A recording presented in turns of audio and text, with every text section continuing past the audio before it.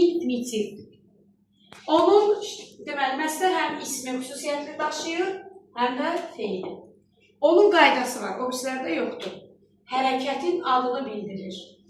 Hərəkətin adını bildirir. Tipa, показывает имя действия. Və bunun belə bir qaydası var. Deməli, təbii ki, uşaqlar nitq hissəsi olaraq feildir. Amma xarakter olaraq nədir? İsimdir. İsim deyə bilməzsiniz ha. Amma isim oxşuyur.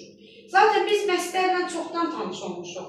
Feillər məstər formasında olur.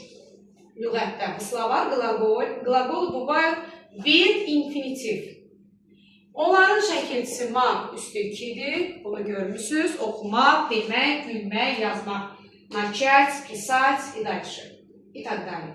Bax, bu formada olur.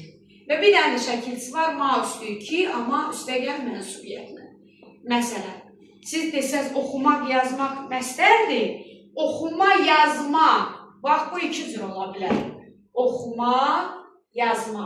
Bir var deyirəm, oxuma. Bu inkardır. Ən şəkil. Bir də deyirəm, oxuma, yazma nə?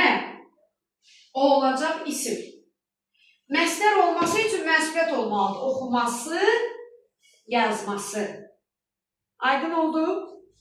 Şəkilçisi budur məstərində. Məstərin başqa şəkilçisi yoxdur.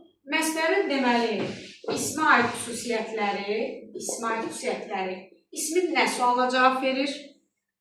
İsim kimi hallanır. Hal bilirsiniz də? Padir, skloneniya. Mənsubiyyətə görə dəyişir. Cəm, lar, lər yoxdur. Amma istisna, isключение ola bilər. Məsələn, cümlədə ola bilər. Bayaq feil sifətə nə dedim? Məstərə uyğun olmayan, неподходящий xarakter cəmlənmə. Məsələn, onların oxumaqları mənim xoşuma gəlmir, oxumaqları. Bax, bu istisnadır, isключение. Məsəlində olmur. Sonra, bir də üçüncü şəxsin təki olan üstü 4 şəkilçisini qəbul edir. Şəxs şəkilçiləri var, liçliyə şəkilçiləri. Ancaq dur üstü 4-ü qəbul edir. İsmində yalnız nə sualına cavab verir. Feil kimi də bayaqçıların hamısını deyirəm. Hərəkət bildirir.